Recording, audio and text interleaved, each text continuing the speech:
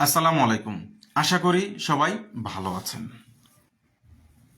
মানুষের সাইকোলজি বোঝা বড় একটা বিষয়।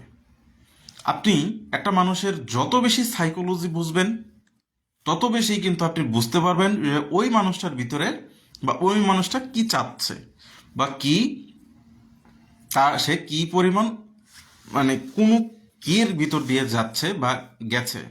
আপনি যদি একটা মানুষের সাইকোলজির পরিমাণ বুঝতে পারেন তাহলে আপনি তার পালসটা বুঝতে পারবেন এবং সে কি চাচ্ছে সেটা আপনি উপলব্ধি করতে পারবেন।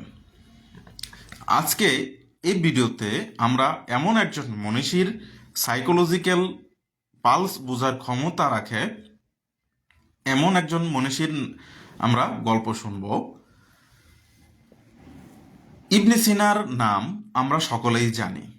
তিনি জ্ঞান বিজ্ঞানে চিকিৎসা শাস্ত্রে অতীব প্রশংসার দাবি রাখেন। তিনি এমন একজন ব্যক্তি, চিকিৎসাশাস্ত্রে এমন একজন উজ্জ্বল নক্ষত্র, তাকে ছাড়া আমাদের চিকিৎসা সেবা কল্পনাও করা যায় না। আমরা যদি দেখি যে তিনি শুধুমাত্র যে সুস্থ স্বাভাবিক মানুষের যে পালস বোঝা বা সাইকোলজিক্যাল বোঝা, এর থেকে তিনি এটাও বুঝতে পারতেন এবং তিনি অসুস্থ মানুষের ক্ষেত্রেও মানুষটা কি চাচ্ছে বা কথাবার্তার ভিতর দিয়ে কি যাচ্ছে সেটাও কিন্তু বুঝতে পারতেন।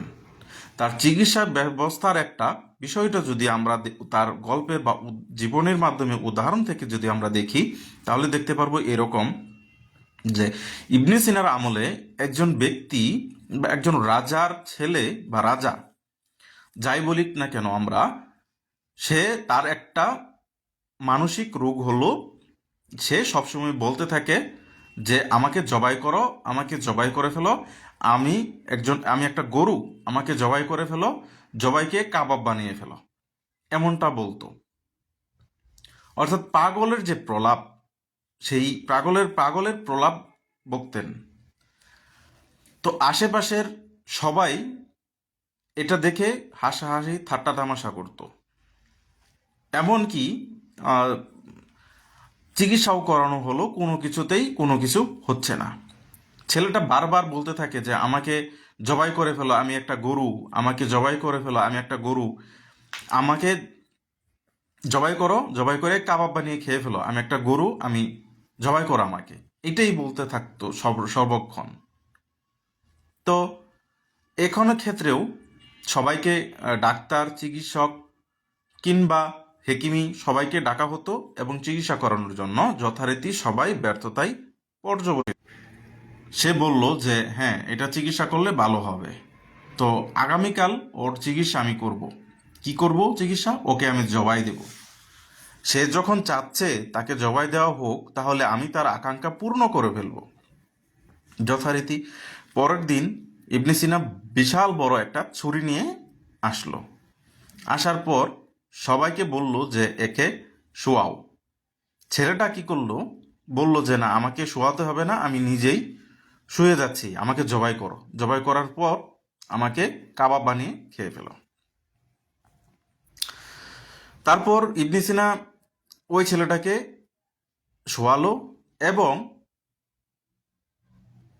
কষায়ের মতো ভঙ্গি করে গলা পর্যন্ত ছুরিটা নিয়ে গেল এবং সে একটা বিরক্তিকর ভঙ্গিতে বলল যে এই ছেলেটা তো রুগ্ন, এই ছেলেটা হচ্ছে রোগা, এই ছেলেকে আর আহ, কিভাবে আপনি করব, কিভাবে জবাই করব, এর ভিতরে কি কয় শটাক মাংস আছে, এমনটা বলল।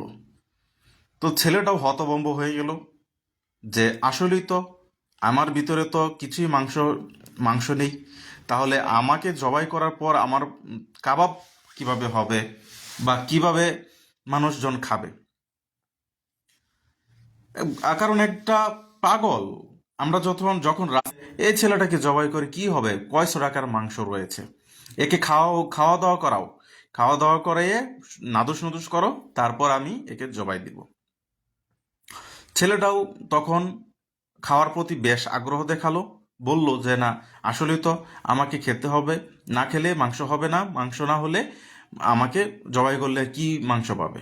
ছেলেটাও প্রস্তুত হলো এবং খাবার দাওয়া করলো। এই সুযোগে ইবনে সিনা কি করলো, তার চিকিৎসা পেল এবং